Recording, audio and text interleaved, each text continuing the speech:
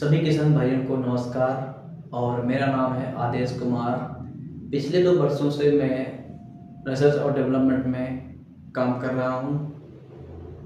आज का वीडियो काफ़ी आप लोगों के लिए महत्वपूर्ण है, जिसके अंदर मैं आपको बताऊंगा किस तरह से प्लांट रूट के माध्यम से ज़मीन में उपस्थित माइक्रोन्यूट्रिएंट को अपनी तरफ लेके जाते हैं जाइलम और फ्लोएम के जरिए। बहुत ही इम्पोर्टेंट टॉपिक है। तो आज मैं समझाऊंगा आपको किस तरह से हमारी उपज इन मेथड से होके गुजरती है।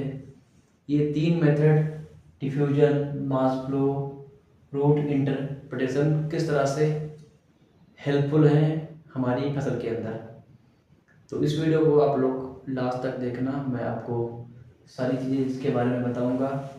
और अधिक जानकारी के लिए आपको वीडियो के नीचे लिंक्स मिल जाएंगे पेपर के, आप उनको जाके पढ़ सकते हो। तो प्लांट जो है रूट से माइक्रोन्यूट्रिएंट्स खींचते हैं अपनी जड़ों से, मूल से।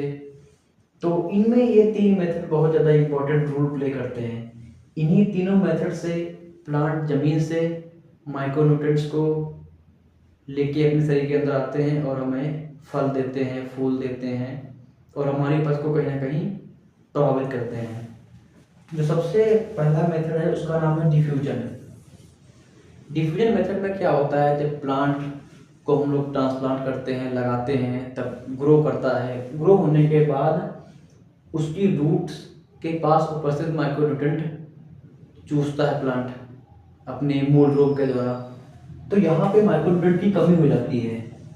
जब प्लांट बड़ा होता है, उसकी रूट्स फैलती हैं, तो माइक्रोन्यूट्रिएंट वहाँ पे होते हैं और अपनी वृद्धि करने के लिए ये प्लांट यहाँ से अपने माइक्रोन्यूट्रिएंट को उठा लेता है, जिसकी वजह से क्या है, यहाँ पे कमी हो जाती है।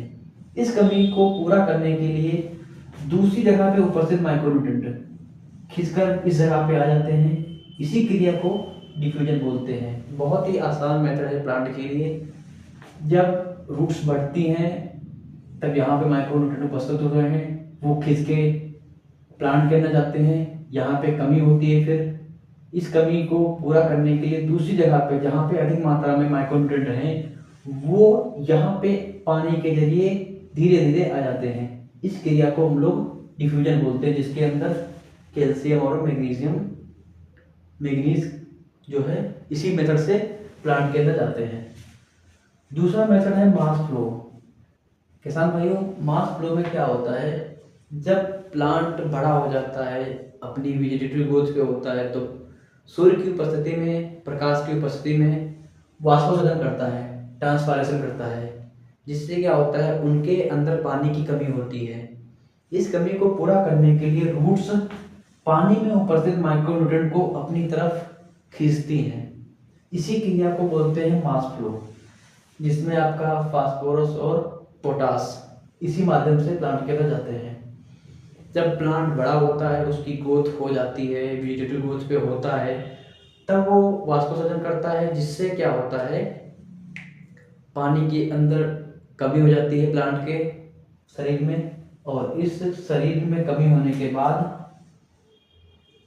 और जगह उपस्थित पानी माइक्रोन्यूट्रिएंट के साथ में घुल के पौधे के पास आता है और धीरे धीरे ये पूरे शरीर में फैल जाता है।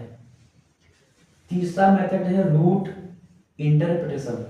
इसमें क्या होता है, मिट्टी में उपस्थित माइक्रोन्यूट्रिएंट घुले होते हैं जो जड़ में जाते हैं। तो जो सोयल कोलाइड्स होते हैं, उसके अंदर आपका फास्फोरस, नाइट्रोजन और भी माइक्रोन्यूट्रिएंट घुले होते हैं। जब पौधा गहराई में अपनी जड़ें लेके जाता है धीरे धीरे समय समय, तो क्या होता है, ये मूल रोग जो जड़ों में होते हैं छोटे छोटे, ये मृदा कोलाइड के संपर्क में आते हैं। जिस प्लांट की जड़ें ज़्यादा गहरी होती हैं, उसमें आपको बहुत लंबी लंबी रूट्स मिलेंगी। वो मृदा की कोलाइड्स के संपर्क में आती हैं और संपर्क में आने के बाद उस कोलाइड में उपस्थित माइक्रोन्यूट्रिएंट पौधे के अंदर जाते हैं। ये मेथड कुछ इसी तरह से है। इसमें बस इतना अंतर है कि रूट्स गहराई तक जाती हैं और पानी में घुले हुए माइक्रोन्यूट्रिएंट, सोयल में घुले हुए कोलाइड्स इन्हीं रूट्स के माध्यम से होते हुए जाइलम फ्लोएम से प्लांट के अंदर पहुंच जाते हैं। इस मेथड से आपका सल्फर और बोरान जाता है।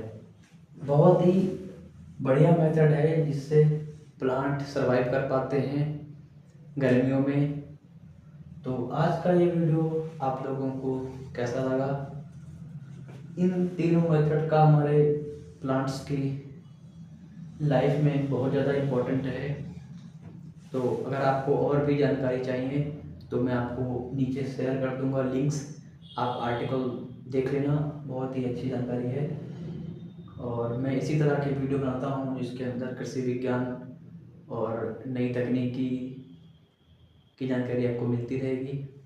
तो आज के लिए इतना ही, धन्यवाद।